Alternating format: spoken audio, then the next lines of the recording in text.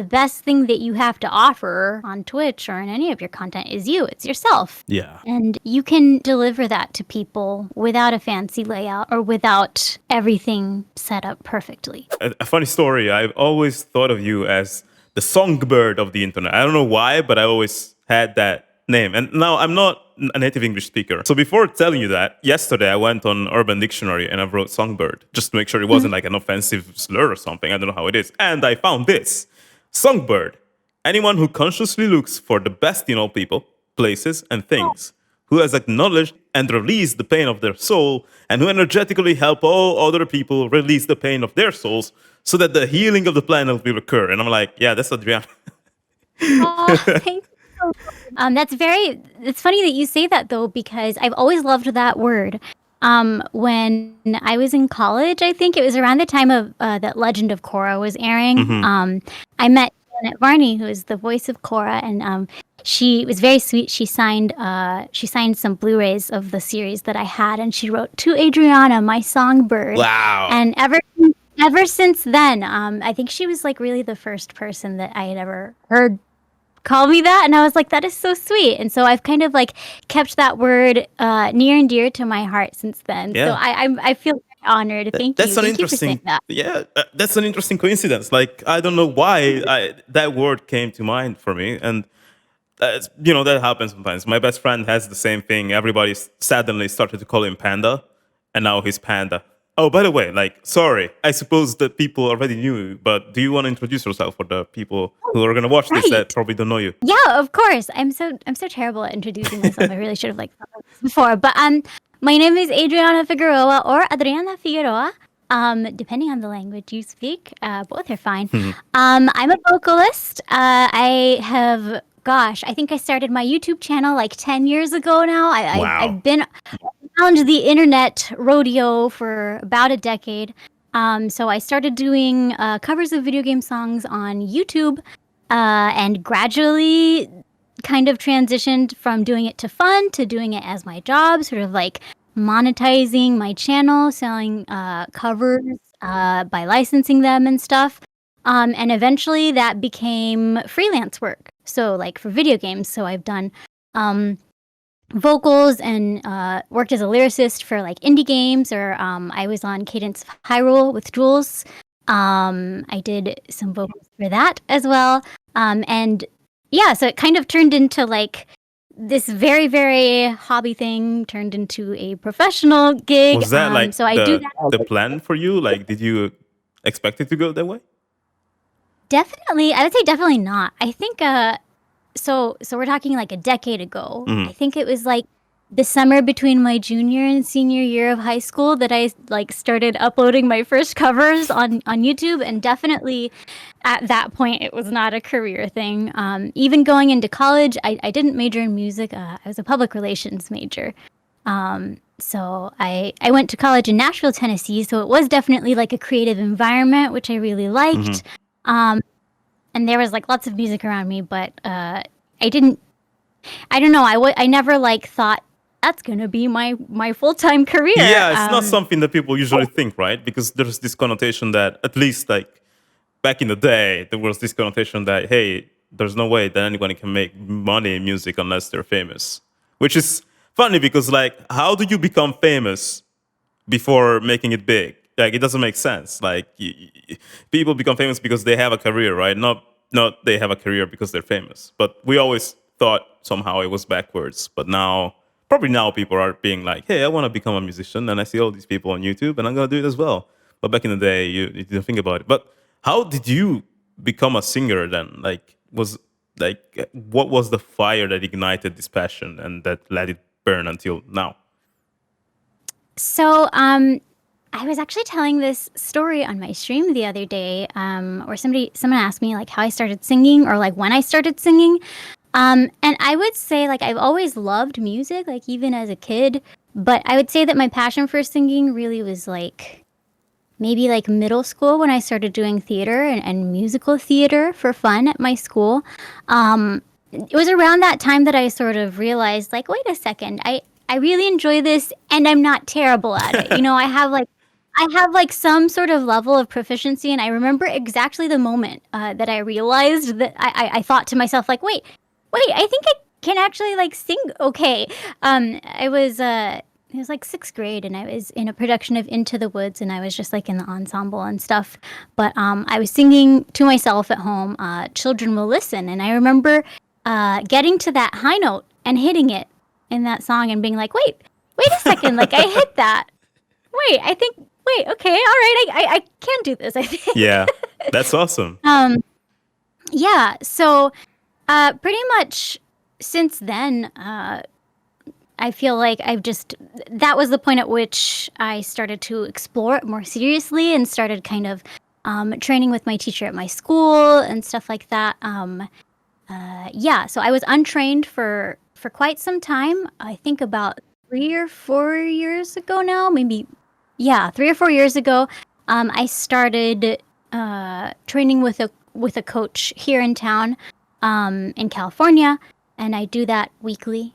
Do you find Just that to you improved a lot ever since doing that? absolutely 100%. Like my versatility as a vocalist has increased so much since then. Like your vocal range can now do way more? That is a thing? Yeah,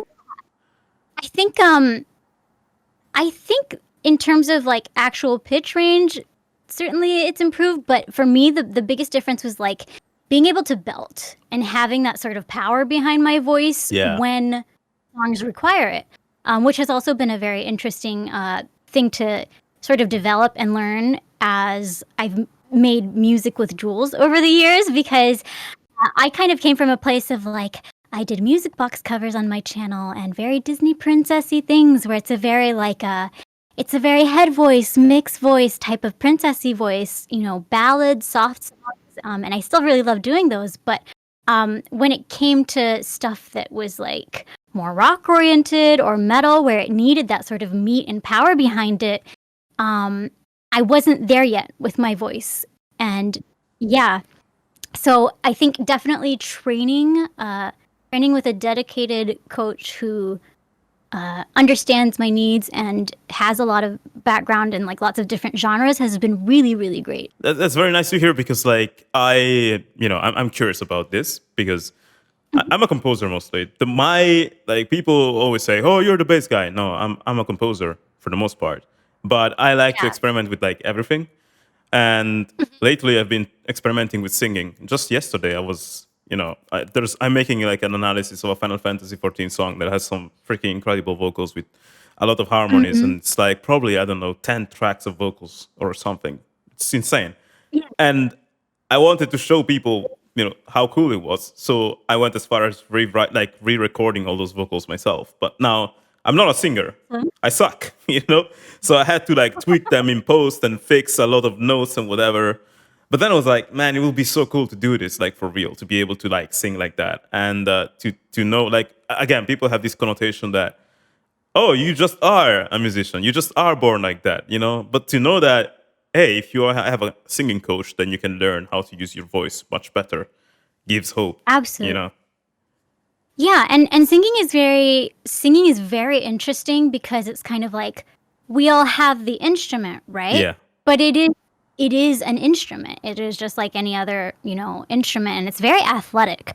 So it definitely does like require, if you really want to like go the distance with it, it does require that type of training and that consistent use of like your voice.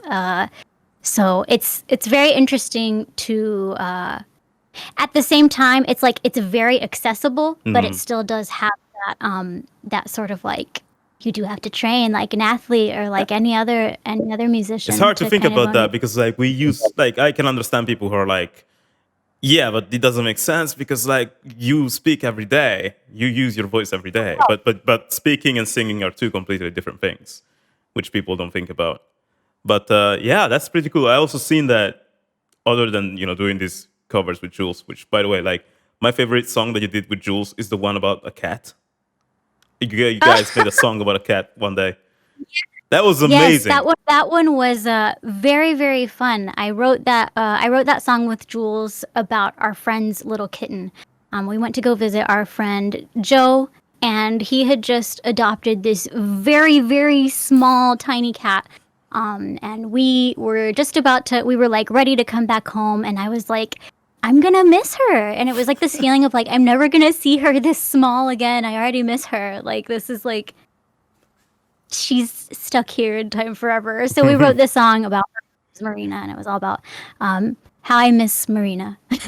It was great. Honestly, it was a very probably. I don't know if you guys put it out being like serious about it, like, oh, this is the best song ever. But when I heard it, I was like, this has no business being this good. Like, because you guys just said, oh, it's a song about a cat. I'm like, wow, this is actually pretty freaking amazing.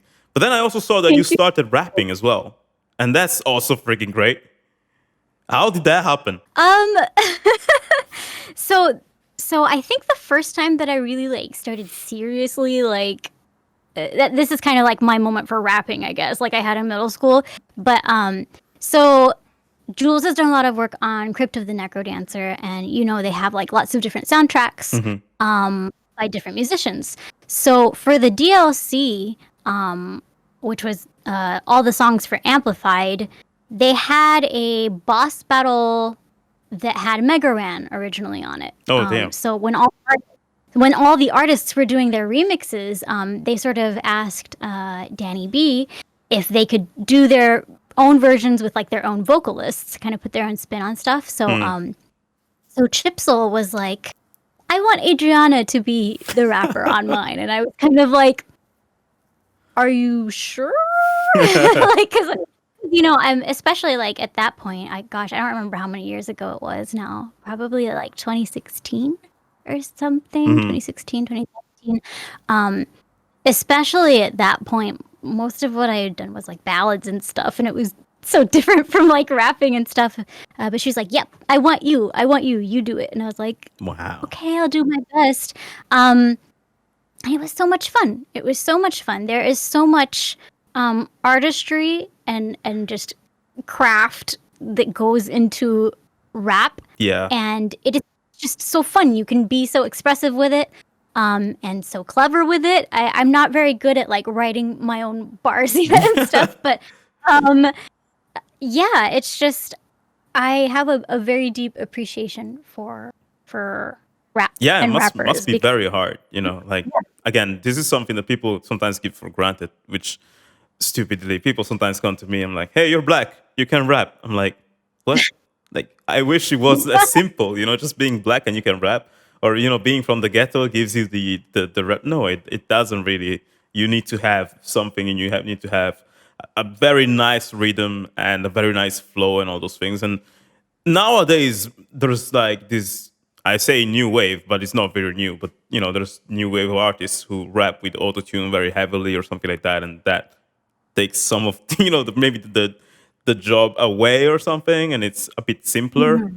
But when you listen to the classics, it blows you the freaking away. And also, like, must be very hard to like keep on rapping without catching breath sometimes, I was just about to say that. Yeah, there have actually been songs that I find are harder to rap, like rap songs that I think are harder than singing, because it requires incredible breath support. Yeah. Because like you said, you want to keep the flow, you want to keep the rhythm, and you just want to keep it on point. You want to keep the attitude. And sometimes that requires literally like staying strong through a very long phrase, and like you need that breath support. Yeah. So that's probably why many rappers are like, I think about Busta Rhymes, for example, who's I probably heard him. There was I don't remember the song, but there's a song because like, and it goes on for a long time, and like usually they have like a very strong physique or something, and I think maybe that's a consequence. Maybe that's a different type of training. So yeah, definitely. So yeah, that's been really fun for me to develop too, and to sort of like try out on my own and listen to, especially like nerdcore rappers and stuff like that, because I feel like that's where I really start to appreciate the wordplay and stuff like that. Or like VTuber Calliope Mori, I love her stuff. She can really spit some bars. She's really great. Yeah, she's famous for that, I think. I'm not even like, I don't really watch VTubers that much, but I know that she does that somehow. Yes, she's amazing. And yeah, I just have such a deep appreciation for it. And it's very fun. That's pretty awesome. I like that you're so open minded. It's very rare, especially like I think there's this barrier for some reason between like the world of like video games and stuff and rap Mhm. culture. Usually people are like, oh, if you like rap culture, you cannot like video games, or if you like video games, you cannot like rap culture. But I like to see people who are like, I like everything, and I'm embracing everything. Yeah. I grew up around like I think in high school especially people are like, "Oh, I like all music except for country and rap." And I'm like, "Okay, but you can find I'm of the belief that in any genre you can find one song you like. Yeah, There's a song. I believe. I completely agree. I have a question about like your work. Well, I have many questions, but I wanted to ask: is there something that you wish more people would get out of your work, like a message or something you're trying to say through your work or music that you wish people understood more? Um I wouldn't necessarily say something that they understood more so much as I guess like the goal. I have a clear goal with my music.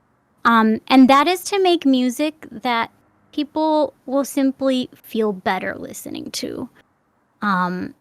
Because I know that in my life, my favorite like music is very important to me because sometimes I'll have a really bad day or a bad week or I'm really feeling an emotion really strongly. And when there are certain songs, if I listen to them, I feel less alone. I'm like, somebody gets it, Yeah, somebody gets it, or I feel like this artist is speaking to me, and this has made my day better. So whether that's with original songs and my lyrics and that, or just making a version of a video game song that somebody will listen to and they'll really enjoy it for those 2 or 3 or 4 minutes they're in that moment and they're having a good time listening to it. I think that's my main goal with music. That's something that I've very sort of keenly pinpointed about myself throughout the years.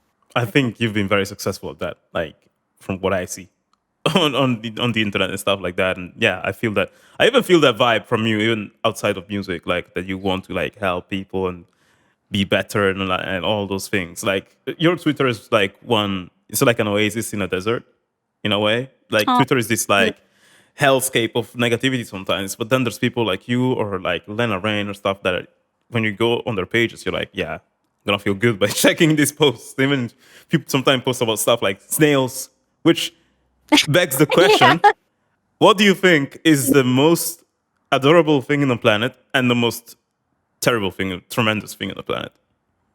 I know some people Okay. who say snails are the most tremendous things on the planet. Not me, but the most terrifying and the most adorable.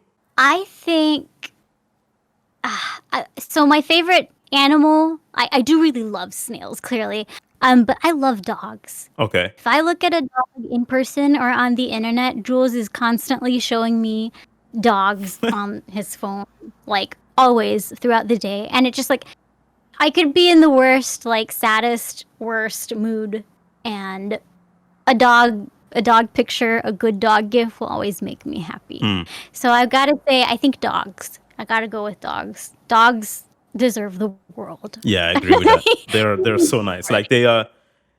It's like they don't have the instinct to do evil things, and they don't have the instinct to betray you. Like it's just not part of their system, which is Yeah. it's pretty nice. And I also love that they're like so full of joy. Usually, they don't really care about looking stupid. They just do. They Yeah. live life their own way. Yeah. What about the most Yeah. I terrifying love thing on the planet? on the planet. Well, it's funny you say on the planet. Oh, okay. So when Well, I no, was in the like universe. In the universe. Sorry. in college, every semester, teachers would do like okay, tell us an interesting fact about yourself. And my go-to was always like, I mean, I don't know. I think if I really like thought about it, maybe there's things that are scarier to me, like, that are more reasonable, I guess. Mhm. But I would always say, I really don't like the planet Jupiter. Why don't you like Jupiter? Uh, That's so interesting. I I didn't expect that answer at all. What? can tell you exactly why. At some point, prior to college, maybe sometime in high school or whatever, I watched this video that was like planets as if they were the same distance from Earth as the moon is from Earth. And it was like a great video. It was cool. It was like, you start seeing like, okay, here's what it would look like if it was like Pluto, or like if there was another Earth. That's kind of cool to see or whatever. But eventually the planets start getting bigger and stuff, and it starts to pan. It's the music changes. Oh. The music totally changes, and it becomes like really spooky and eerie, and it's like, oh, so okay. It's like a really creepy, eerie vibe. And then Jupiter starts to come into like the view, and it is just, it's the whole sky because it's so big, right? And it's just like all these storms, and you're like, wow, if Jupiter was really that far from us, we would be dead. It is very scary. Damn. And I think that was yeah. Ever since I watched that video, I'm just like, Jupiter creeps me out. It creeps me out to think about how big Jupiter is. Well, but it's nice that at least you're scared about something that huge and dangerous. Like people may say, "Oh, the most terrible thing in the universe is my boss," which it's like, "Oh, damn, that's a tough life." At least right, definitely. At least Jupiter is far away, and damn, I never thought about this. Jupiter can't hurt me. Jeez, do you think often about the end of the world and the apocalypse or something? No, it's definitely like, it's just an every once in a while thing. Well, whenever I think of like space and stuff. Mm-hmm. Or, okay, no, actually, I can also tell you, so really like, I think this kind of goes along with this whole fear of Jupiter thing, but really like large structures or whatever, or like really large animals. Very scary to me, and I don't know if it's just because I am so tiny. I'm 5 feet tall. I think that's like 162 or 3 centimeters or something for both units. But yeah. So I was recently playing Pokemon Snap, and I was on like the coral reef area or whatever. And I was like, oh, so cute, all the Pokemon and stuff. And I turned around, and Wailord, which is like the big, big whale Pokemon, was there. And it jump scared me. Like really jump scared. I felt like terror in the pit of my stomach. I feel you. When I was young, I had the same reaction to. Did you play Mario 64?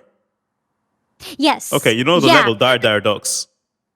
Yeah, the eel thing. Not even the eel. Like for me as a kid, just seeing all that sea, like all the water, and you having to go down or something, it scared the shit out of me. Water levels when I was young scared the shit out of me because one of my biggest fears is to like drown. So I actually never learned to swim because I have a trauma from when I was little. And like my dad took me and at the seaside in Congo, and there was nobody. It was our private beach or something, and it was like a bit of a cloudy day, and he just took me and he brought me in the middle of the sea and then left me. I'm like, what the fuck? I'm going to die. And that's probably something that every parent does. Like, it takes you to the sea and leaves you, and then you have to figure it out. But usually it's on a seaside full of people, so you don't feel abandoned, right? Well, for me, my only anchor to salvation was my dad at that point because my mom was on the beach. And he forsaken me in that moment. So I'm like, yeah, the only person I trusted just... Very terrifying. Yeah, and it was a cloudy day. It was gray sky and gray sea. So ever since, I've had this fear of like drowning. That is very fair. That is very fair. Yeah, I can see why Dire Docs would be a very spooky level. Yeah, fuck me up. I wasn't able to finish Mario because of that level. I was just, I'm not gonna do this stage. Oh my gosh. Yeah. Well, everybody has their own fears, but I think that's a very funny thing when I think about what you said is, do you get scared of cockroaches or something like that? Or bugs? Okay, so like that's a normal reaction. Like I think elephants or something are scared of mice for the same reason. Because they're so fucking small that they're like, it's not safe. This thing can get inside, the holes that I don't want anything to get into or something. So cute, actually. I love it. So maybe Jupiter or like big, Wailord or whatever, they're scared of us because we're super small. So there's... Yeah. You never know.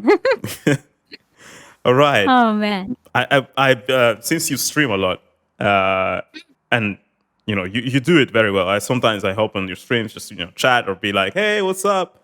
And it always makes my day to like see how you're doing there. And Yeah. Do you have some advice? I see lots of people who want to stream more. Do you have some advice for streamers in general? Yeah. So my biggest advice that I wish, like, I always think about, like, what would I have wanted to hear before I started streaming? Yeah.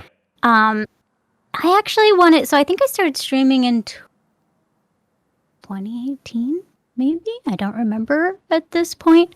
It was like 2018 or 2019. But I had been wanting to stream for like a couple of years before that. Just because I like performing live. And Jules always streamed and he always did such a great job with it, and it was always fun to like hang out in his chats and stuff. I knew I wanted to stream someday. But it always stayed as like someday. Because I had it in my head like I gotta have like a layout and everything, because everyone usually has stream layouts and stuff, and like I've gotta have like a system for everything. I just have to have at least like something figured out, right? And the first time that I streamed was actually, I think we went out to dinner or something, and we came back and I just said, I want to stream.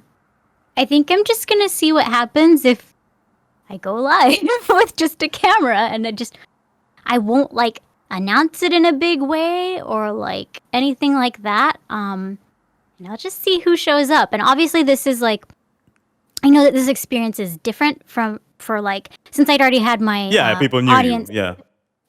Yeah. But I think across the board, it really just kind of comes down to like, just do it one day, especially with streaming. I know that people also say that with like music production and stuff, but also like especially with streaming, because you just press go live and you can literally just have a camera, and that's kind of still what I do.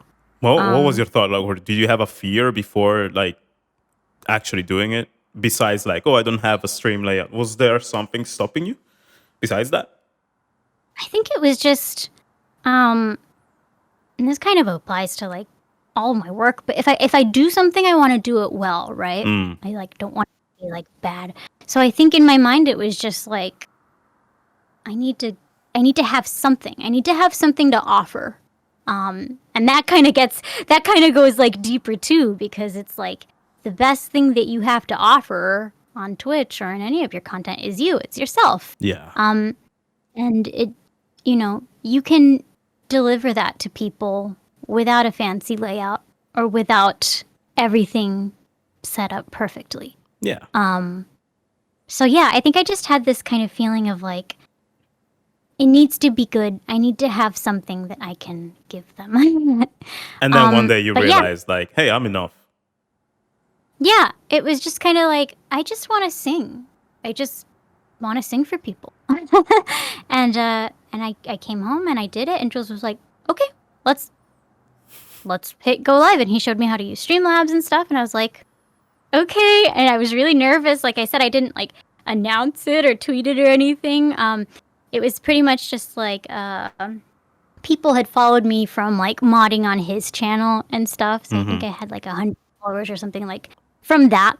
Just being active on Twitch as a community member. And yeah, and I remember like the first donation, or like I don't think I had bits at the time, because I think you have to be like an affiliate or whatever. But like the first Streamlabs donation or whatever, I remember being like, oh my gosh. Yeah. So cool. It's so like it's and yeah. Sorry.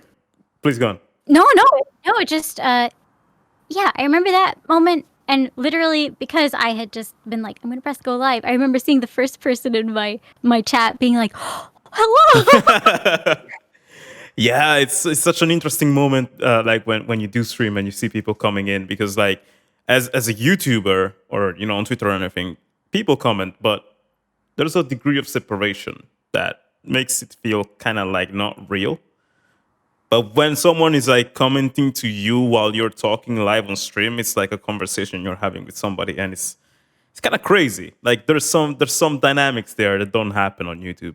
What I'm gonna ask you, what was like? Do you remember what was your most like ridiculous or most amazing moment during a stream for you?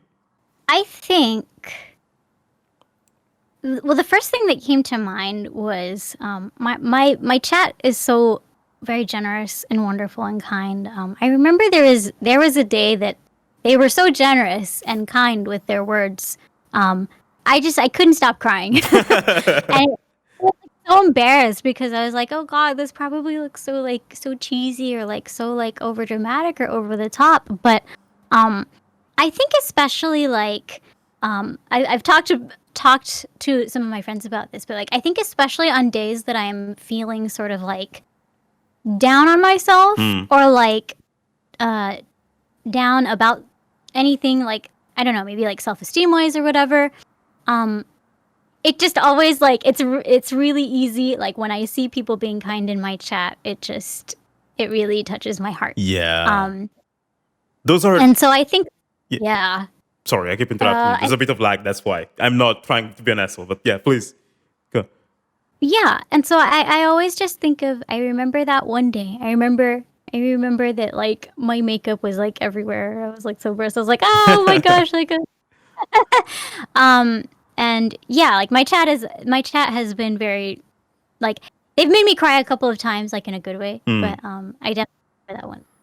I felt that was very amazing. Yeah, it's definitely one of the gifts of Twitch. I think like as you said, when you go live, sometimes I don't do it often, but sometimes I do go live and either play games or compose music. And sometimes I wake up, I'm like, oh, I said I was gonna stream, but fuck, I really don't feel like it today, or I'm super tired or something, and I still go live because I promised it. And sometimes it's in the streams that actually I find the energy because people being there or something inspires you or charges you a lot, or maybe they make you laugh or something. And yeah, it's a gift. It can I be. feel that too. And it's I weird feel that too. because you feel like I don't have anything, as you said before, you feel like I don't have anything to give today. So you don't feel like doing it. But then you do it. And then it's the people who give to you. And for that reason, then Mhm. you give them back an amazing experience. It's like a weird thing that doesn't happen anywhere else. I completely agree with that. And it's kind of why. So I've definitely been very inactive on YouTube. Like my channel's not like I haven't given up on my channel or anything. Like I still post there every Mm-hmm. once in a while, and I like have plans to like release more things on there.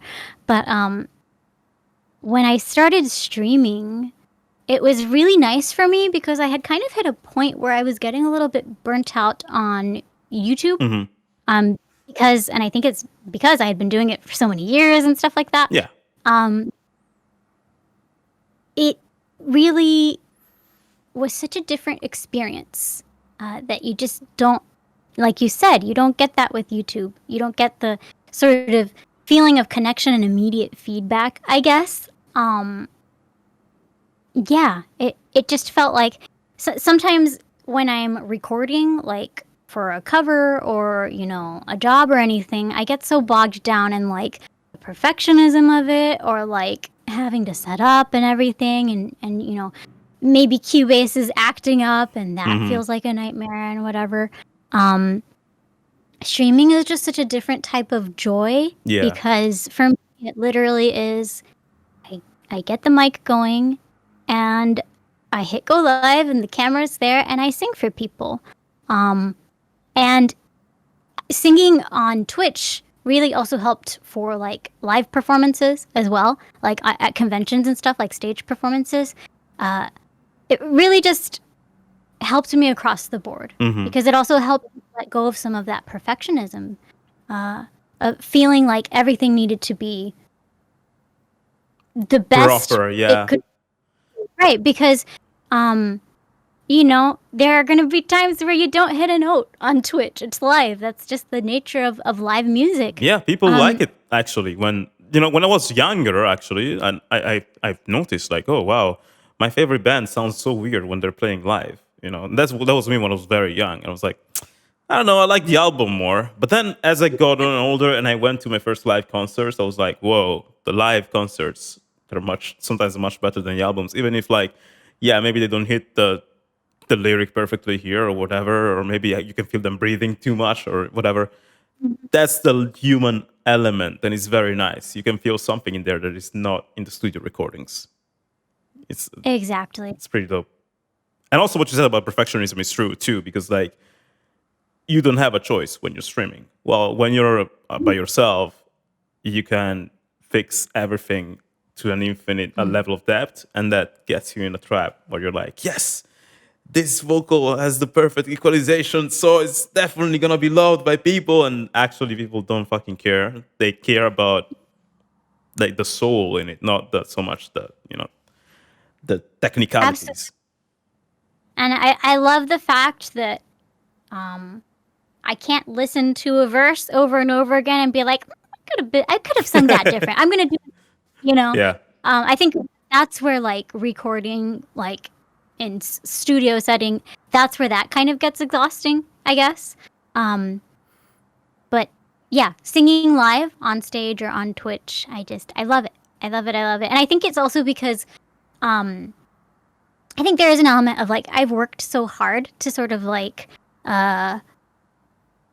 develop my skill for singing live and stuff, and it feels really nice. It feels really good to be able to like showcase that in a way that people are getting value from it. They are enjoying it, and it feels good. It just simply feels nice to sing. Yeah, it's great. It feels nice to sing, and that's that's your target. It's not getting the perfect take. It's delivering a song. Yeah, it's funny because as you said in the beginning of the call, like your goal in any case is to make people's days better with your singing, right? Like, so you don't really need like perfectionism for that. You just need to show up and do your thing and have enthusiasm. That's what I find with my bass stuff. It's just that's just enthusiasm. I'm not so great. I'm just enthusiastic about it. There's people who are far better than me, but maybe they don't sell you so much of the enthusiasm. So maybe people don't find them very easily. But I'm just vibing or something. People are like and it's just that. Well, yeah. Yeah, and I wanted to ask you. I see you as one of the. I don't know if again, you want to make people's days better, but I don't know if you're like, I want to be the leader for all the female singers on the internet. But I see you as one of them. And thank you. Do you have some advice for women in the gaming and the music industry? Because I know there must be a lot who like look up to you, and probably they're watching this podcast right now. Oh, well, thank you if anybody does feel that way. Listening. I would say something that like has taken me a couple of years to really internalize and learn. I think something really beautiful about being a vocalist in particular, and I do feel this way about instrumentalists as well, but especially with like vocalists, is there is so much room for us to coexist because your voice is so uniquely yours. Nobody else has your voice. And really for game jobs, a lot of times for any vocal jobs, it really just comes down to not even skill. Sometimes it's just whose voice print fits this song best. And you can, I've done a couple of like auditions before, like in the industry, where I sent in something great and they loved what I sent, but it wasn't the right voice print for it, for the song. But there have been times where my voice was what they wanted, or it was what was perfect. So yeah, I would really just say there's so much room for everybody to succeed. And I love the fact that there are so many vocal colors and textures in our community, because it makes, especially like for covers, it's fun. It's fun to listen to every single cover because everyone puts their own different spin on it, instrumentalists, but especially vocalists. Yeah, it's true. like it's not the same song. The delivery is different. The voice, the texture, the color, it's all different. And I really love that about that. I never thought about that before. That's pretty amazing. And do you ever find that people by the way, I have like question threads opening up in my mind, and then I embrace one but I forget about the other one. But Me too. Do you find that people like try to like put you in a box that you don't want to be in or something like that? Because I might imagine that happening maybe a lot with some content creators or women. Like, oh, you're a woman, you need to be like this then or something. Does that happen, and how do you react to that? I think think maybe back when I was focused on YouTube more, I felt a little bit of that. I felt a little bit of it was frustrating sometimes when I would put things out. I would put covers out, or like I would do, especially like covers with Jules, because he was doing songs that were like in a more metal style. People would say like, your voice doesn't fit this, or like just saying that the voice doesn't fit the song or the genre or whatever. That felt very frustrating, because it felt the way that registered to me was like, I'm not allowed to sing these songs. I'm not allowed to show my love for these songs. Like I need to stick to, I guess, ballads or like softer songs. So I have felt that in the past, I think. But as I have sort of focused more on Tiwtch and done more work on my voice, and also like more industry work that sort of spans lots of different genres, I've felt less boxed in, I think. So you would say to like people who are facing this is like, yeah, just don't fucking care about what people like. Don't see what people say as a limitation. Maybe see it as like a motivation to like do more. And absolutely, yeah. And I think for vocalists especially, for me, it has been really helpful to be versatile in the styles of songs I can sing, because a lot of times in the game industry, like I talked about, like I've done a few auditions, but most of the jobs that I've gotten have been just through people who know me, and they know that I can sing lots of genres. So they come to me and they say, "Hey, I need this. Can you do this genre? Can you do jazz? Can you do something that's more like J-pop or softer?" I having that range allows me to say, yes, I can deliver that to you, and I can do it well. And that's yeah.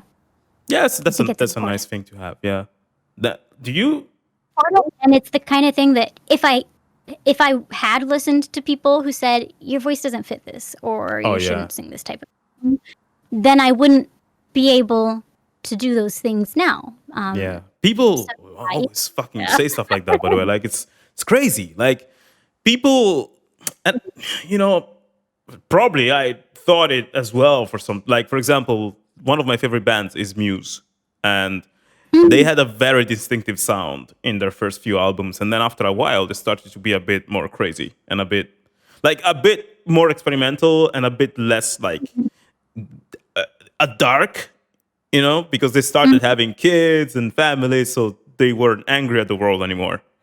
Well, in the beginning, they were like this angsty teenager band, and so they kind of changed. Right. And people, with every new album, they're like, "Oh my god, you go back to old Muse, please go back to old Muse. Oh my god, what is this shit?" And I'm like, I fucking loved all the new albums as well, but I understand people got like their idea of Muse is a certain idea, and now they just want that back. But like it's not up to the consumer to tell the creator what to do. And like it's one thing to say, "Oh damn, I prefer the old style," but you do you. And it's another thing to say, "This sucks. This is not you. This is not Muse." Muse knows what Muse is. You how the fuck can you know as an external person? It's not. But I wanted to know if if you consider yourself, do you consider yourself as a confident person? And I'm gonna tell you why I asked that like right away. That's a great question. The day there are a lot of days that I am not confident. I don't feel confident. And I regularly go to therapy. And I think. Side note for anyone listening, I think therapy is a wonderful tool to sort of strengthen yourself and become more confident. I wanted in to yourself, ask you about that. This is kind of like when you were talking about singing, and like, yeah, therapy is the same. People are like, I use my mind every day. I was given my mind by God or whatever, so it's there. It's not like my voice. I use it every day, so it's not to be trained. No, it is. You can learn to like not let the mind use you, and you use your mind more. Totally. That's the thing.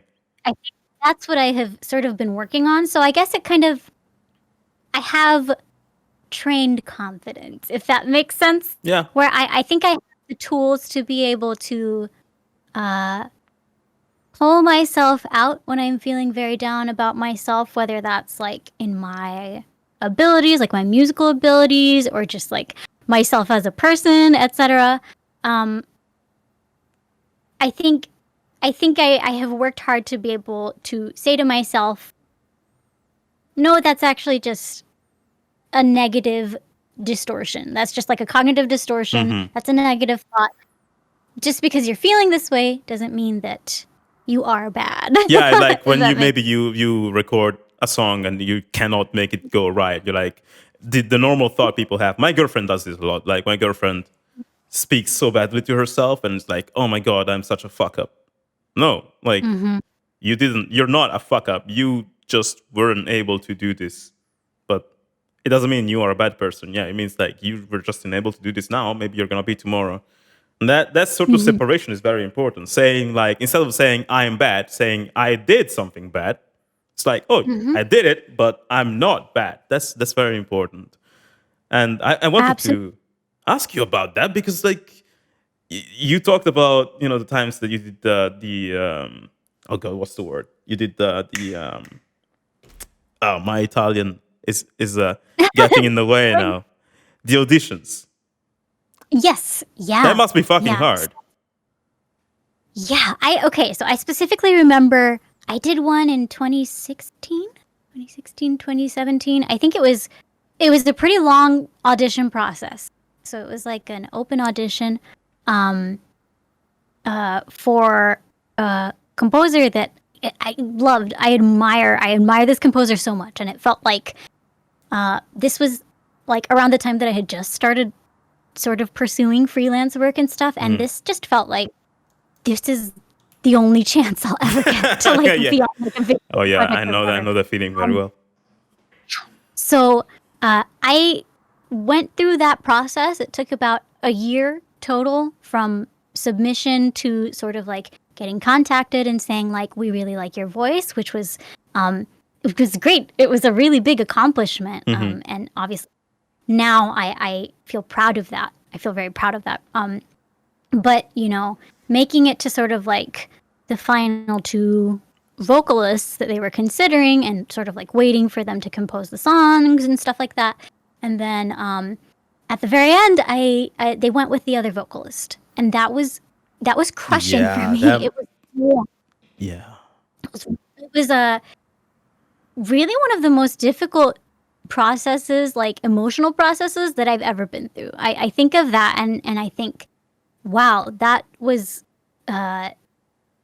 really hard. I cried for a long time. And when I say a long time, I mean like I was really distraught about this for months because it really felt like if I wasn't right for this, because this was like the type of job that, you know, people had always told me like, wow, your voice would be perfect for a game like that or whatever. Hmm. Felt like, what am I right for? What am I good for? And it really just felt like I had nothing to offer, I guess. I really internalized it in a way that was very self-defeating. Yes. Um, and like I said, I guess it just felt like I had blown my only chance, and I was never gonna get a chance like that ever again. Sounds And it was very really tough because like they also kept you like it was a whole year process. It wasn't just a week, so it was an emotional roller coaster. Maybe you also told your friends like, "Hey, they like my voice," and then you had to go and tell them, "Actually, they didn't pick me." Yeah, that yeah, must have been very hard. it was, I think definitely, like you said, I think the length of time was really tough because yeah, that's a lot of time to sort of be thinking about it and being like, oh my gosh, like what if I did get it and stuff like that. Yeah.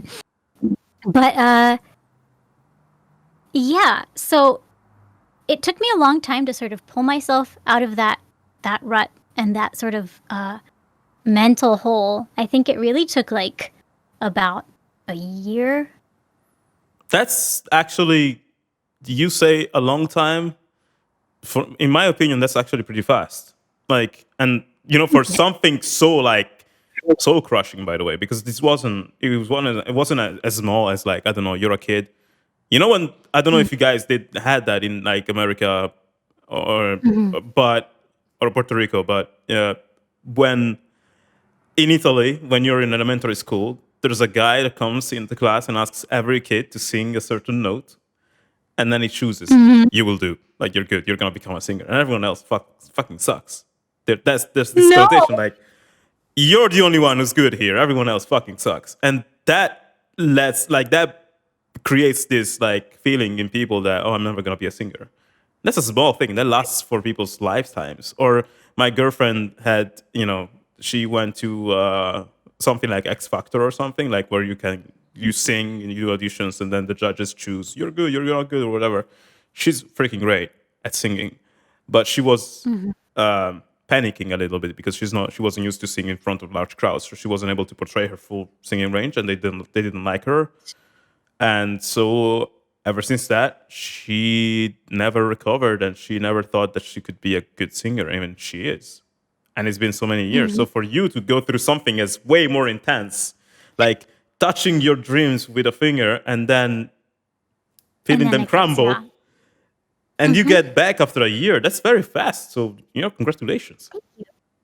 I really appreciate that. And truly, I do appreciate it because it felt so hard to explain to people why the feeling was so intense, I guess, because I think when you look at it from the outside, when you're not the one in that situation, you can look at a friend and say, like, you'll get another chance. I know you'll get another chance, and I know you're very talented, and I know that this is not the end for you. It's just one job.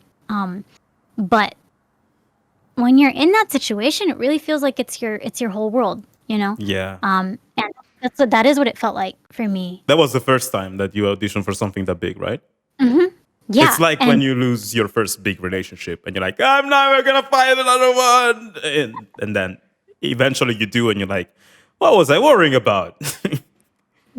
Yeah. I mean, that's totally like, that is how it's felt moving forward. It was really hard. It was really intense. And I think those months after sort of hearing like, oh, you didn't get the job this time, but and they were so kind too. They were very wonderful to like be in contact with, and they were like, if there's ever a job like in the future that we think you're right for, like, we'll let you know. And they were wonderful. But it's so interesting though, as a vocalist, our voices are so attuned to how we are feeling and our mental state. So it was really genuinely very hard for me to sing and record well because I felt like I couldn't do it. Wow. I felt very down on myself. I actually remember, I don't know if you've heard the poem For Everyone's Souls that Jules and I did for his channel. Yeah. The one with 30K, I think. Yeah, that one was like a nightmare for me to record because I felt like I couldn't hit those notes whenever I would try to hit them. I think it took me like 3 sessions of sitting down and trying it. Whenever I would try to get up there, my voice just felt ragged. And it wasn't anything like notes or anything like that. It was literally just stress. Wow. It was just physical stress. It's just your vocal cords. They're connected to everything. They're connected to your muscles and stuff. And it's really when your body and your mind are out of whack, it translates in your voice. I never thought of that. So it's like people sometimes have writer's block, but you can have like vocal block in a way, or you can have like, emotions stifling you completely. Yeah. Wow. And it's almost kind of like, sometimes people go through really traumatic experiences and they can't speak for a while after. It's sort of all related, I guess, in that way. Damn. But yeah, so I was feeling some of that, and it was almost like this Chinese finger trap, sort of, or like the harder I tried, the more frustrated I would get with myself and my voice, the worse it sounded, like, and the harder I tried to push it, it wasn't there. So how did you do it in the end? I think ultimately it was still like, I don't think I had really like a happy ending with the song. I think it was just like, okay, I got it and it sounds good enough. And what did people say? Like, I think everybody liked the cover. Did you see comments, people being like, so nobody could guess? Oh, yeah. I mean, it ended up sounding fine, and so I'm glad. I'm grateful for that. But I never knew. When I checked it out, I was like, fuck, this is very good. Damn. I appreciate it. But yeah, that's definitely like, if anyone were like, what's been the most stressful experience you've ever had recording a song? I would say that one, because it literally took me like 3 tries on 3 different days to come down here and like try to get something out that I was happy with. So do you normally do like Jules is like, hey Adriana, can you record some vocals? Okay, yeah, sure. I do go there 1 hour, you're done? Or how does it work? How much time do you usually take for a song? I guess it'll really just depend on how much my perfectionism is in trying. Yeah, it takes a few hours, varies on the song length and stuff. Wow. I have a lot more of a sort of smooth, positive experience, I find, when sometimes like Jules will actually sit here and sort of run Cubase and sort of like engineer it while I'm standing here with the mic. Mm-hmm. That type of sort of like studio engineer, like vocalist engineer setting, that's my preferred, because like I said, I think I get really like bogged down by like the technological aspect of it, because it is like, I mean, singing is so athletic that you kind of get into the zone vocally and physically, and then, oh wait, I have to pause this and like come to Cubase if I want to do a different take. I want to listen to that, and it's hard to go back and forth for me. So it's really nice when I can just sort of stay in the mindset, and it's nice to have another ear of feedback as I'm doing it. So if there is a good take and I'm just being hypercritical of myself, Jules can say, or even Carlos, because Carlos and I have worked on a lot of music together, where he was, sitting there engineering my vocal takes and sort of saying like, yeah, that was great, or let's try that one again. I really like that sort of like feedback. Yeah. Because otherwise, I really get I get in my own head about how many times I redo something. Yeah, I've seen that. I do that with my girlfriend sometimes. Like, I'm trying to get her to like sing and publish those clips on YouTube or something like that, because she's very good. And one time we recorded this like 30-second thing, and I was there being like, one more. Okay, that was perfect. And then I just mixed the thing, sent it to her with the video, and she's like, no, I don't like this thing really, or like the second 0:30, and I'm like, and so I did the thing where I waited a day, and I was like, okay, I'm gonna fix it. Then I waited a day, and I sent her the same thing without touching anything, and she's like, yeah, it's perfect now. I didn't. But Jules didn't do that. That has absolutely happened with me and Jules before, where like I'll be like, yeah, that sounds good now, and he's like, I didn't change anything. Yeah, it's crazy. Sometimes it's just getting used to your voice, or just getting out of this mentality of criticizing yourself. So yeah, I mean, it usually takes a few hours, especially if I'm sort of sitting, like usually for like freelance jobs, I sort of just sit in the studio. I do it by myself and stuff, and it's usually I'm like a huge night owl, so usually it's like in the night hours or whatever, and I'll finish and it'll be like 4 a.m., 5 a.m. or something my time, and I'm like, okay, a job well done. Does Jules hear you in the house? Like he's trying to sleep, like from downstairs or something?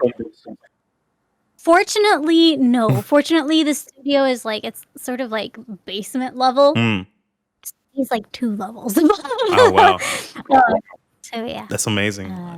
I wanted to ask you about like self-love and mental health. Actually, like that was the main reason why I wanted to talk to you. But we ended up talking about music because I'm a music nerd. Sorry, but yeah. Also, I'm gonna let you go soon. Like I know it's late for you and stuff, but I'm totally fine. We can talk however long.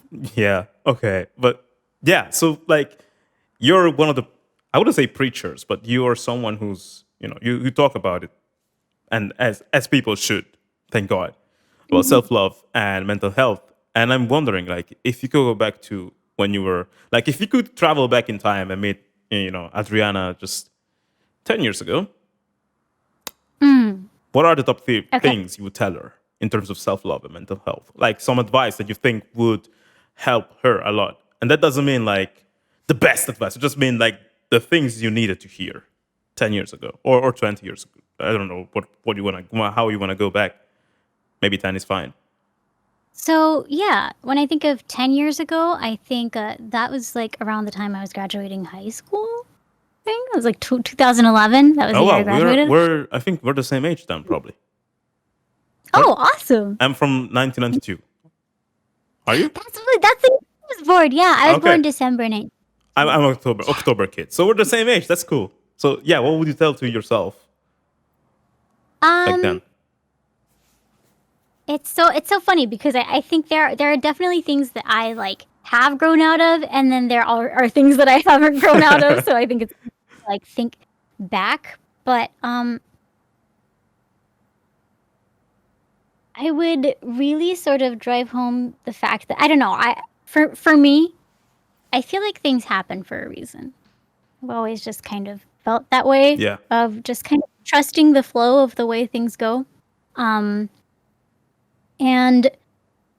I even think about that like in terms of like the audition that I didn't get in 2016, 2017. I would have loved the chance to like be on that project, but at the same time, I'm kind of glad I didn't get it sometimes because I don't think I could have I don't think I was ready. I would have not wanted to fly there, be flown out for that job or whatever, and then I get there and I'm inexperienced, so I'm too nervous and I don't do a good job. Yeah, and you never know. Actually, like sometimes I think about this. Like, I like my life a lot. Like, I made the decision to like drop everything. I was going to university and having a day job at the same time when I started making music, and I dropped both my uni and my day job to focus on music 100%, like a madman. And that brought me where I am now, and I'm so glad about it. But I don't know what my life would have looked like if I did the normal thing and stayed in university. And sometimes I think about it, I'm like, maybe it would be better or maybe it would be worse. I have no idea. You don't know what you don't know.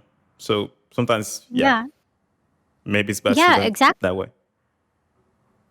I think, so I think there are so many like stops, I guess, along the way, like from 10 years ago to now, where there have been times that things happen that are really disappointing or they're very painful to go through. But I think at the root of it all, it's sort of this belief of you are enough and things will, things happen for a reason. You will get to your destination. Are you a religious person? I would say I'm spiritual. Okay. I don't know. I don't say religious. That's the same answer I give to people all the time. Okay. Yeah, spiritual. Not necessarily like organized religion, I guess. But yeah, I was raised in like a Christian household, and I went to like a Christian high school and everything. So I do have that sort of like spirituality, I guess. And I think that's part of what contributes to just feeling like things work out the way that I've noticed like the constant throughout this conversation is that I've noticed you have like a sense of hope that is inside you that is gonna keep on, shining no matter what. And that's been helping you all these years. And I was just wondering, where does that come from? Because like it's different for everybody. I'm happy that comes through. And maybe I guess something else that I would pass on to me from 10 years ago. Maybe like I guess 5 years ago, because it would have been when I was graduating college, my senior capstone class, my teacher, I remember my professor had us sort of do an assignment where we thought about what is like our core belief, what is our core statement of like what we want to do, like what is our mission statement for our life, very much like I don't know, like you would do for any company, because I was a PR major, it was kind of like, all right, so if we're sort of like thinking about ourselves, what is our purpose? What do we think our purpose is? What do we want our purpose to be? And he specifically told us it can't be tied to a specific profession. Oh. Or, because I guess what he said was sometimes, like, he's seen people who they have it in their head of like, I'm meant to, for example, like, I'm meant to be a singer. I know that's what I'm meant to do. I'm meant to be a teacher or be a lawyer or whatever. For whatever reason, maybe you can do that, but what if like something happens, like, and you can't do that anymore? Whether that's like something physical that's keeping you from doing that anymore, or your life circumstances change. When your identity and your mission and your core beliefs are so tied to something like a profession or anything that's so specific like that, you sort of lose yourself, I guess. Yeah. And you're kind of like, well, who am I? What do I do now? Like, what is my purpose if I can't do the one thing that I was sort of meant to do? But for me, and so this is why I say, like, with my music, I want to help people have a better day. Yeah. When they listen to that. So that kind of comes back to the core belief of just, I want to make people's lives better. And I want to be able to help them turn around a bad day, if that makes sense. That's what I was thinking about when you were talking about this. Yeah, because so I can do that in other ways that aren't necessarily just music. And that's why I guess it makes me happy when you say, like when you bring up Twitter and like the types of things that I post on Twitter. I'm happy that you feel like when you go look at my posts, it's a place that it's sort of like a little sanctuary, like a little haven where you know that it's not going to be stressful. Because that's the type of space that I like to try to curate, because it's sort of like an extension of my mission with music. That's what I want to be putting out there. And there's like, whenever people are like, oh my gosh, like you're so positive, you're so optimistic and stuff, it's like, certainly, like, I have bad days too, you know, and there are times that I don't feel like, I don't feel my best, or I do feel like really sad or upset about something. But I know, like, I've decided for myself that what I want to put out, and obviously, like, I don't have an issue, like, sharing that with people, of course, in moderation, I think. But generally, I want my content to be positive.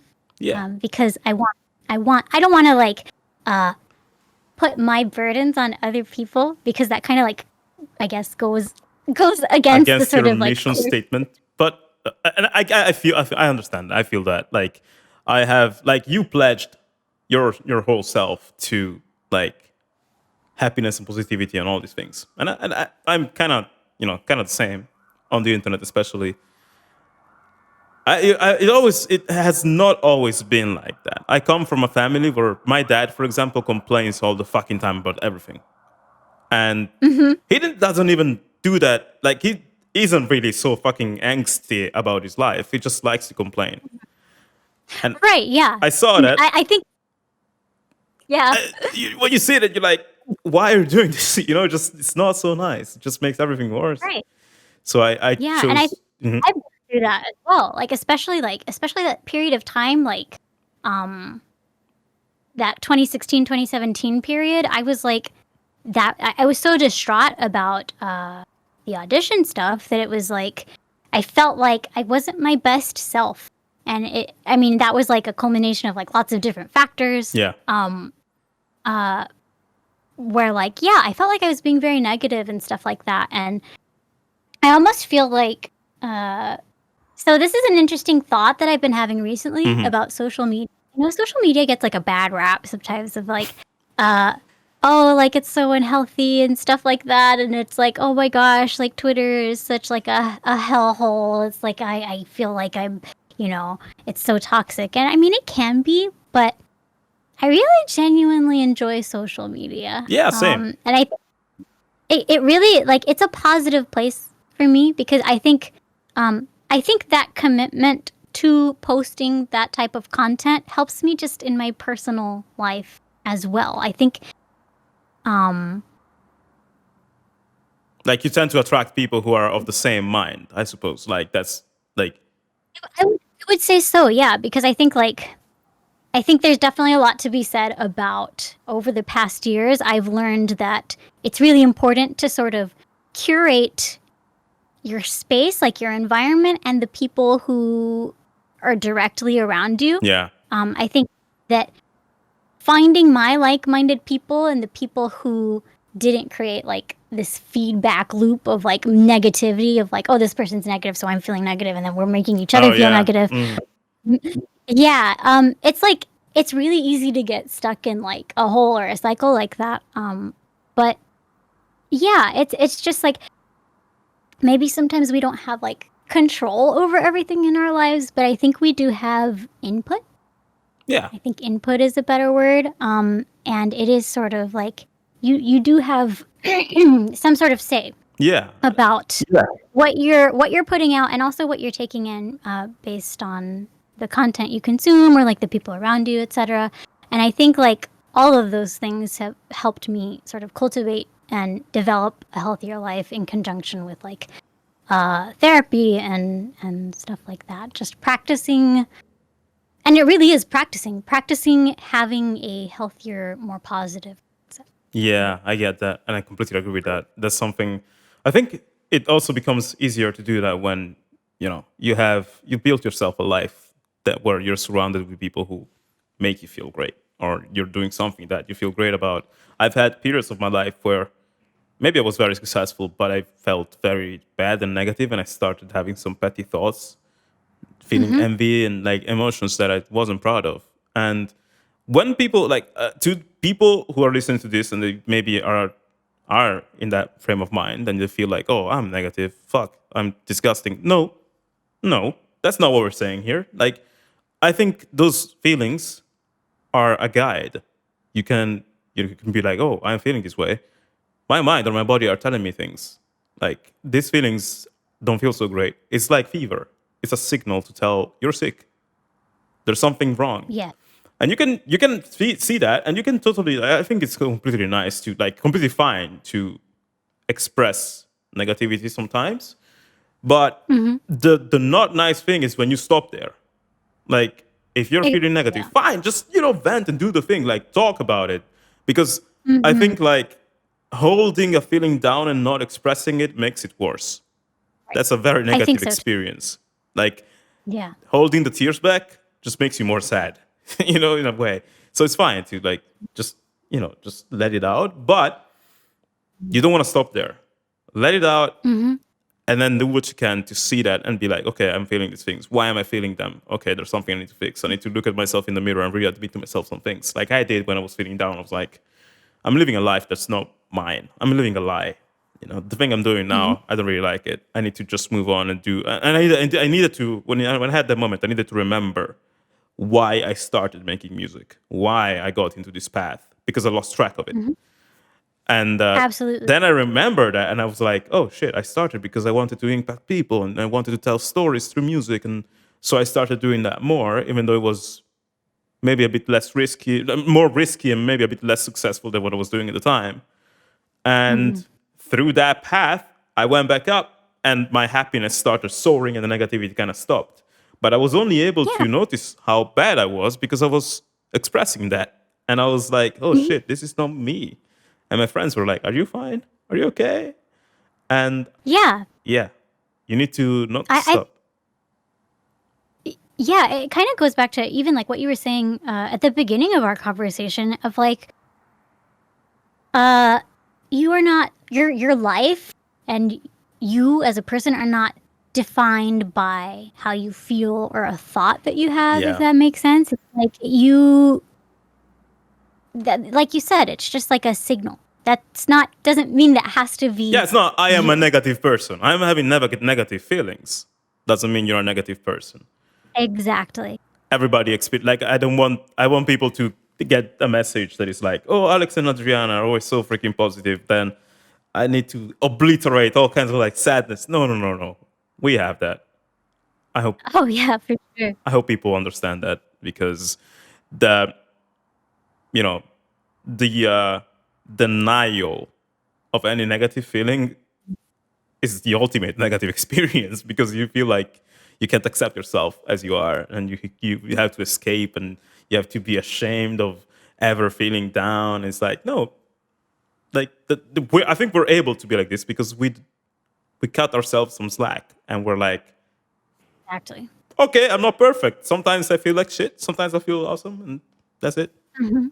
Yeah. And I think like for me, that's kind of the core of self-love. Self-love is not it's not just having like all the positive feelings Oh all the yeah. time like people might think. It really is about like if you're having that like those negative feelings about yourself, about a situation, about anybody else, it is sort of being able to reroute your mind to say that is a thought that I'm having or a feeling, like maybe I feel that way, but that doesn't mean that it's true. Yeah. And that doesn't define me. Yeah. And sort That's of that's having yeah. confidence in that, I It guess. doesn't So it all define really me is the most important word to say. Like, I can think about, like, for example, now with COVID and with quarantine, I've personally spent a lot of time in here, my place, and I haven't gone out too Mhm. much, because I take it a bit seriously, because I live in a country that I live in the Czech Republic right now, and I don't speak Czech. This is not my country. I just moved here because I like Mhm. it. And then COVID happened, and I was like, oh, fuck. Okay, fine. I guess my life in Prague doesn't really exist. And Yeah. the only person that I'm really, really freaking close to is my girlfriend. I have some friends, they're great, but if shit hits the fan, I can only rely on my girlfriend, I suppose. So I'm trying to like Mm. not take needless risks, and that means I've been home a lot, which means Mhm. I've been working a lot, and I've been, my form of exercise is like walking or going on a bike or something. And I haven't really Mhm. done a lot of exercise while being at home, except for Ring Fit. Sometimes it's Mm. amazing, but so I've gotten a bit of a like COVID belly, is what I would call it, Oh, yeah. and I'm like, I feel like it's the same for us, I guess, because we were so used to like going to conventions and walking yeah, around and so it's yeah, the pandemic has yes. yeah, and I like also like I'm not gonna lie, like this whole situation has been hard. Like, I haven't been able to see my family or my friends, and sometimes when I feel bad or I feel down, I either indulge in relationships, like spending time with my friends and with my girlfriend or something, or cookies. I have Mhm. this incredible passion for cookies ever since I was a kid. And so maybe that's not very good for my waistline. So I have got a bit of a COVID belly, but I'm like, like, that's fine. That doesn't really define, like, yeah, okay, it would be great if I had like a six pack and stuff like that, but that doesn't mean that I'm, a piece of shit now because I don't have a six pack. It just means that I ate too many cookies. And if I want to, I can exercise a lot more and get that out of my system. But that doesn't Yeah. determine the value of my person. Uh-huh. That Exactly. that's self love. That's also like, it's being able to see something new that you don't really like so much, but being like, yeah, this is fine. You know, This- everybody's not has stuff that makes them not perfect. And I think when you learn to be patient towards yourself, you learn to be patient towards others as well, which, So and I think it really helps like so I'm very much like in general a perfectionist, but I also have like generalized anxiety and also this is kind of an interesting, I guess, side topic, mhm. but recently in the past year, I did a really long formal evaluation, very in depth, and learned that I have been living with ADHD for 28 Wow. years, and I know it. And that's like it's like a weird thing to be excited about, I guess. Like it's not exciting that I have ADHD, I But I guess, but suppose you feel it's excited that you're like, oh, I didn't know I had this malus and I still was able to do so much. yeah, exactly. Because like in the pandemic, obviously it was really hard.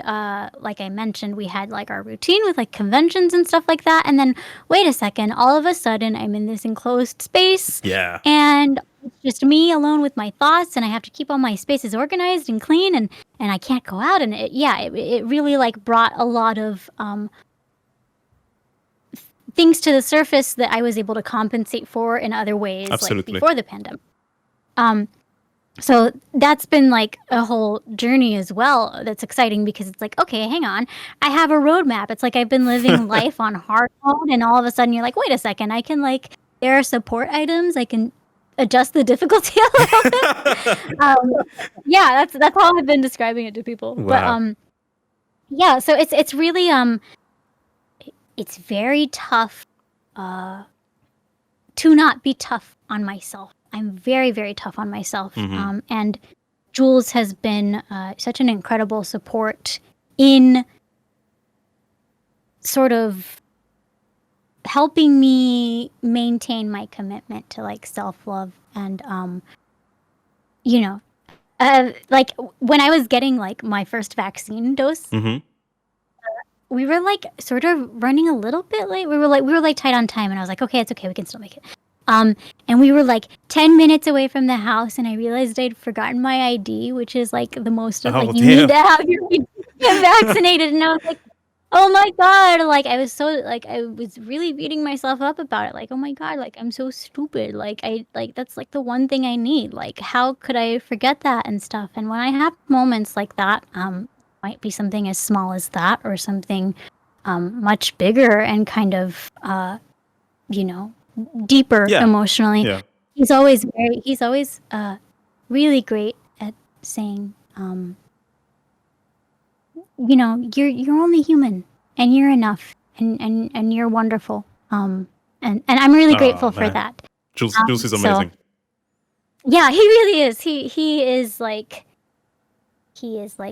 an S tier human. I guess for anyone listening, I really encourage you to find those people in your life who will help you in those moments, because it's really hard. It's really, really hard to like keep it up and always be like on top of things when sometimes it feels like everything's going wrong and you just feel like you feel awful about yourself. And in those, it's really nice to have people around you who can gently sort of like remind you you are enough. To your credit, I think also like one thing that you do amazingly, and this is something that I notice, sometimes the people who help others the most are the ones who need the most help. And they are like, in a weird way, they're like, oh, if I help many people, maybe that's going to heal me too. And to your credit, like when you say find people who can help you, that's true. I absolutely do that. But I also think that you found them also because you do that. I think you are the first person who does that. And so thank you. I think it's only fair that you then found someone who can help you back in a way. I think that's how people should be. Like we should all. I think in Japanese, like the word for human is jin, and the way you write it, the picture, the katakana or something. The kanji for it is I think 2 lines which represent like 2 humans, which means jin, like humans cannot live by themselves.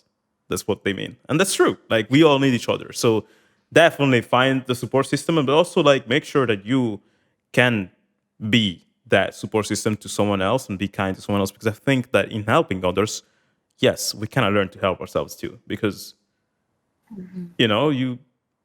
think it's all intertwined. Like if you have a good relationship with other people, you can learn to have a good relationship with yourself and vice versa. And you have a bad relationship with other people, well, it's hard then to, like when someone treats you nicely, understand even where they're coming from, because you're like, I don't know this. This is weird. Yeah. This is what is this? Yeah. So absolutely. And I think it's like, I think that kind of also goes with like what I was talking about with like, it's on days that I feel like I feel down on myself, or I feel bad if I go and I start streaming and people are showing their support for me, whether that's, being generous with like donations or anything like that, or just their words. Like, I think it's really easy to make me cry because internally in that state, I'm like, wait, like I don't deserve it. Like, but it's a nice reminder that, again, it really kind of just goes back to the concept that I've been working on in therapy so much, which is you are enough. You are enough in every way. You just have to show up. You just show up for yourself and show up for others. Yeah. And I think it all kind of starts there Yeah. in terms of having a healthy mind, healthy life. You have to be the change you want to see in the world. And I think you're doing that amazingly, Adriana. So I'm very proud of you. And, it's been amazing to talk to you and discover this side of your personality. I hope more people will check this out, listen to this podcast. But mostly I just hope people will notice this about you a lot more. And it's no coincidence that you have all this amazing community surrounding you, because you're an amazing person. So thank you so much for coming here and talk to me and to us. Had an amazing time. And me too. I had lots of fun. yeah, I wish you the best success on your way. And, I'm sure that you've, the things you faced in the past, like the audition you told me about, now they're very just distant things. And now you're feeling probably better than you ever had in your life. And yeah, I was going to say something I didn't mention. I guess I feel like I should sort of finish off the sad audition story with a nice audition story. So recently, I think it was last month or 2 months ago or something, I had another big audition. And it's I knew it was big and stuff. And it was the same type of situation where I made it to I think the final 3 or something like that. I didn't get it. It was disappointing, but I was disappointed for a day. And I think I was worried because I was oh my gosh, it's gonna happen again. It's gonna happen again. But it didn't. Yeah. And I was so proud of myself. It was really such a benchmark of how far I had come. It is a day versus a year. That's crazy. Yeah, it really was. It was kind of I think a lot of that really came from the time that I've spent becoming more confident in myself and what I have to offer to people, and knowing what makes me happy, I guess. Yeah, and also you've seen that you're gonna be alright. So I also think that the biggest like J.K. Rowling, for example, with Harry Potter, which is one of the most successful books in history, she got refused 100 times or something by what they're called, the book publishers. Or I think Michael Jordan too was many times he was oh, you're not good enough, told that by people. So it's very common actually to be refused a lot, and even to me, I'm trying to get into video game composing gigs or something like that. Well, before I made Trader Music, when I made Trader Music, I did write quite a few tracks. Sorry? I want to play a game with your music in it. Yeah, thank you. That would be that would be amazing to actually do it, to make a game music for a game. But yeah, I've been talking with people. It's not nothing happens. Stuff does happen, but for some reason, it's never the right conditions. Maybe they're oh, they disappear. When it's when you go on a date with an amazing girl or a guy, it's oh wow, this is so great, and they ghost you, and you're is it? I don't know. Is it something of my notes? Yeah, you're yeah. It's you are not even left knowing what it is. They just ghost you, and you're okay, if I contact them and ask them why, I'm gonna sound like a psycho. So I'm just gonna be left with my thoughts and all my doubts, and that happens. Or other times, you're the one who's oh, this is not good. Maybe they pay too little or something like that, or the game is not good enough. So I've gone through quite a, I wouldn't call them rejections, but through some plans that didn't go well many times at this point. But just as painful. It can be just as painful, if not more painful, because you don't have that closure of knowing. This thing actually happened also with, I'm gonna tell you in private because I don't want to say this, because when you get refused by a company or something, you don't want to make it a public statement because people go fucking crazy with it. They're please hire him. You were. So I don't want to weaponize my audience against anybody. But there was a very cool project that I was oh my God, I cannot believe this is happening. And then it didn't actually happen, even though they liked the song. I'm going to tell you in private what it is. But, there's a certain sense of one thing that helped me all the time is well, this didn't happen, but it's amazing that they considered me. It's amazing that, that's one thing. And the second thing is if this happened once, it can happen again, because I'm only going to get better from here. So like, if they're ready to consider me now, wait until the next like 2-3 years when I have a crazy evolution. So yeah, Totally. that feeling probably is what you felt when you got this rejection and you got over it in a day. And I'm sure that very soon we're Yeah. gonna see you. Like I see this happen for you, and I see this happen for Carlos as well. I think Carlos is insane in the rain. He's gonna go to do some amazing, insane things soon. Yeah. Me too. And I Yeah. think you as well. Like, we're gonna see you guys rise. So Thank you. I appreciate I that. wanna play a game with your music. Or we can work together on a game one Yeah, day. How about that'll be super fun. Let's do that. Yeah. Let's see how it goes. But yeah, Adriana, thank you so much for your time. I will let you go now. And everybody, where can people find you, by the way? Like, Right. So you can find me on YouTube, which is youtube.com/Adrisaurus, which is, I made that in high school. It's because I really liked dinosaurs. I didn't know it would become like a brand. That's where you can find me on YouTube. Lots of video game covers and animation covers there. I stream twice a week on Twitch. A lot of people on YouTube don't know that. But I do. It's twitch.tv/Adriana Figueroa.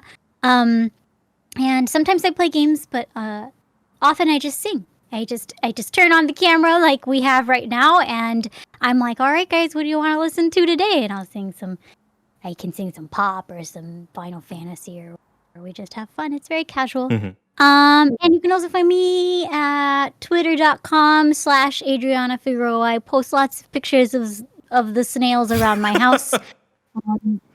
I really like, one of my favorite pastimes is retweeting Japanese photography at 3 a.m. my time when everyone's asleep. So if you are into nice photography and good vibes and snails, good music, I guess music sometimes too. Yeah. Follow me on Twitter. I recommend you guys doing all of that because she's awesome, as you've heard in this conversation. But that was just the tip of the iceberg. Wait until you hear her sing. She's insane. And until you hear her rap, she's great. And Yeah. Adriana, say hi to Jules from my part, and Jack. And yeah, everybody, thank you for listening to the podcast. We'll see you next time. Bye-bye.